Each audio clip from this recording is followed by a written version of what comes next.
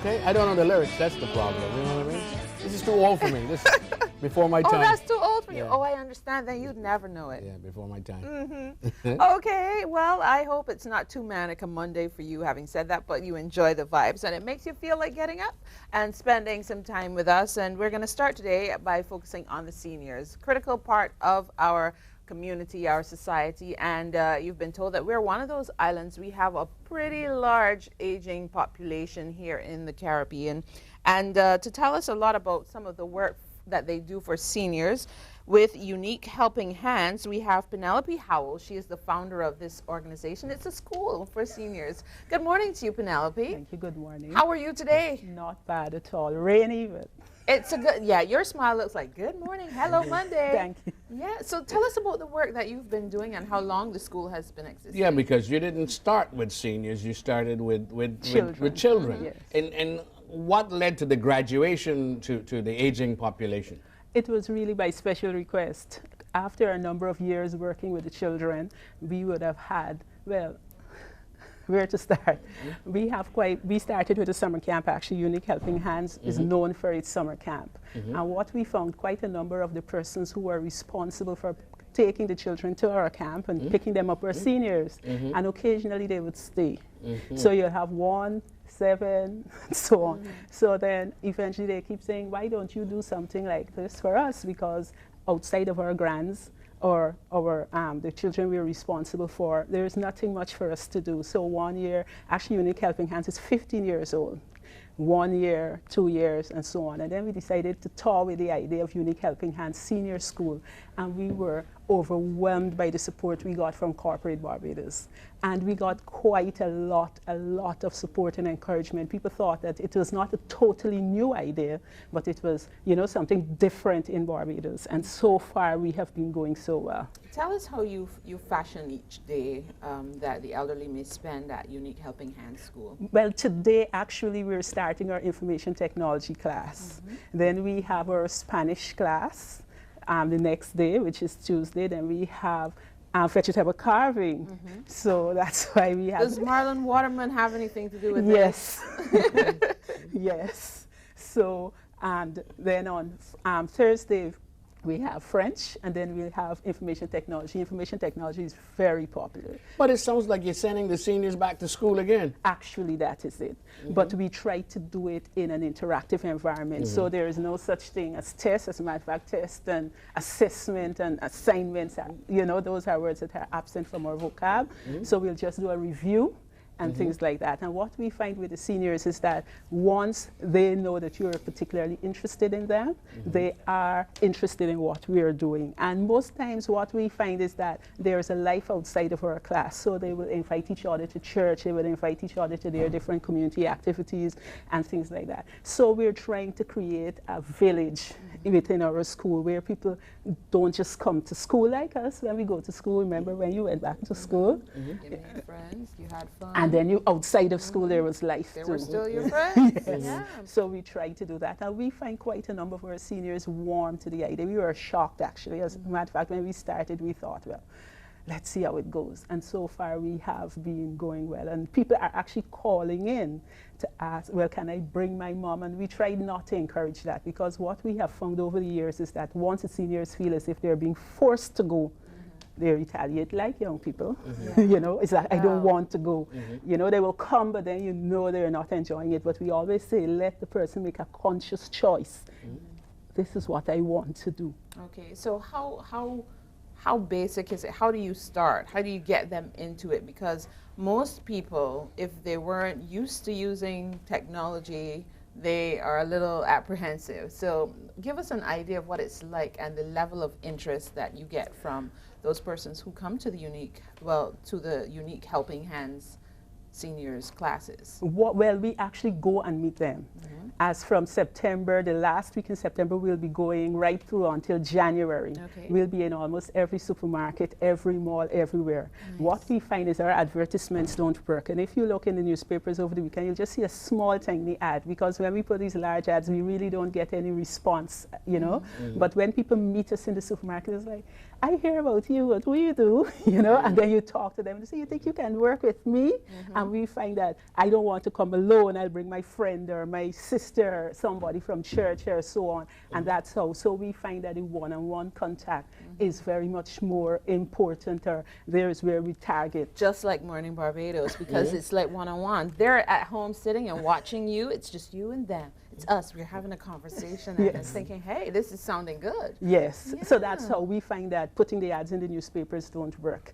And what we find, quite a number of our clients are from referrals. So one person would have come and said, you know, I told my sister, I told my whoever, and they will call up and they will come and so on. But we find that it's such a, you know, especially information technology, many of our seniors want to know how to use the computers. They want to know how to use their smartphones. They want to be technologically savvy, but they're afraid. Do you have any seniors who perhaps were teachers one time who want to get back into it and maybe even come to We had help about again? 3 principals. Oh, nice. Yes, we have one person who wants to do, well, let me don't give out too much, but we have quite a number of our seniors also. What some of them are encouraging us to do is to have like a big brother, well, or small brother kind of thing, in terms of you have some seniors who are just feeble and at home, and they're saying, I would like to give back to society. Mentoring and support. So it's not big brother like small brother, so they want to know that they'll take them to church, whether it's on Saturday or Sunday, nice. and things like that, go visit, and you know, they're asking for that, but we aren't there as yet. We're just trying to make sure we cross all the T's and dot the I's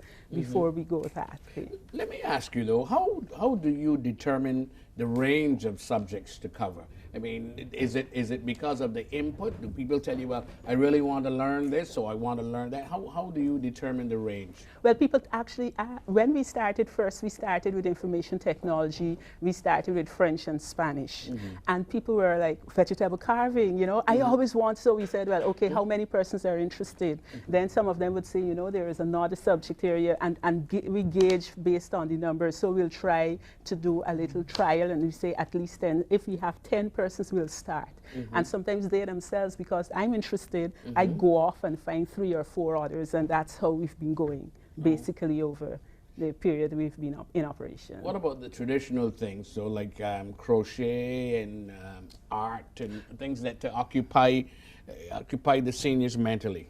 Well, we don't do those, because when we did our feasibility study at the beginning, what we found is that there are quite a number of craft classes, and we don't want to be seen as competing or clashing. Or duplicating? Yes. So we try to do things that are not necessarily commonly done. So if we find that we have been to the community development department, we spent some time at the different community centers, and we saw what they're doing, and we said, no, we're not going to do what you're doing. We don't want to be seen as competing with you. We want us to have a collaboration, so we're going to work together rather than fight against each other or campaign for the same market.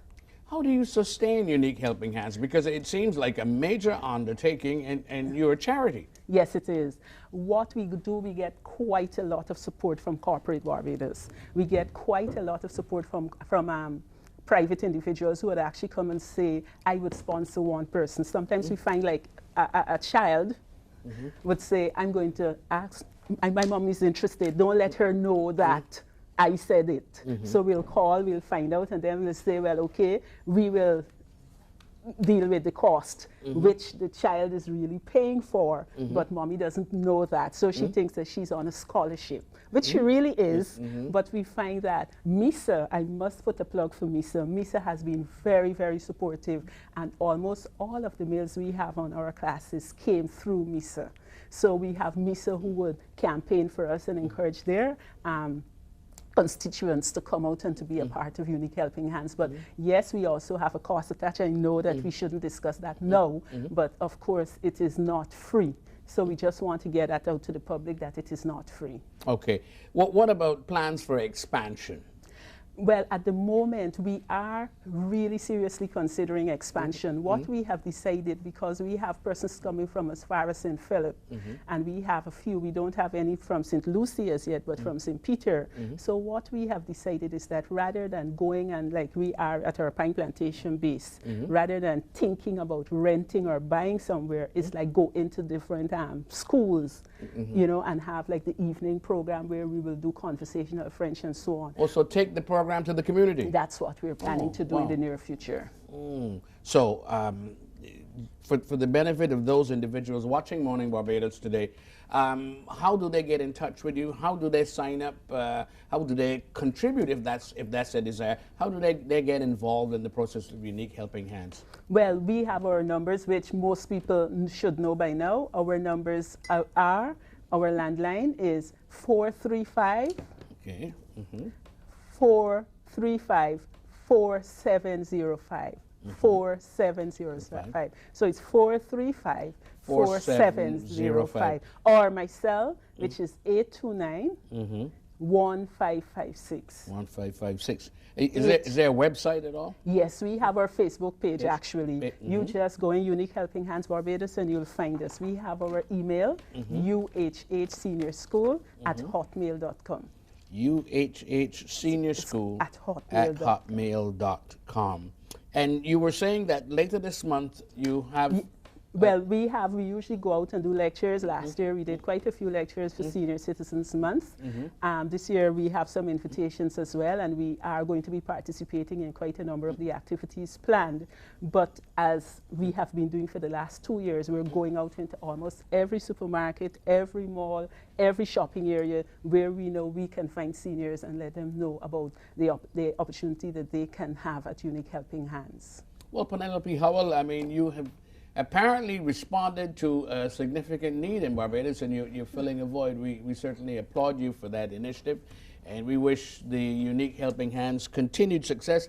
Those of you who are interested in getting in touch with Penelope Howell at Unique Helping Hands, or wanting to participate or wanting to contribute, the numbers again to call 435-4705 or 829-1556, or you can look them up on the Facebook page. We certainly appreciate you sharing with us. Thank you so much, Mr. Hall. Morning Barbados, good morning.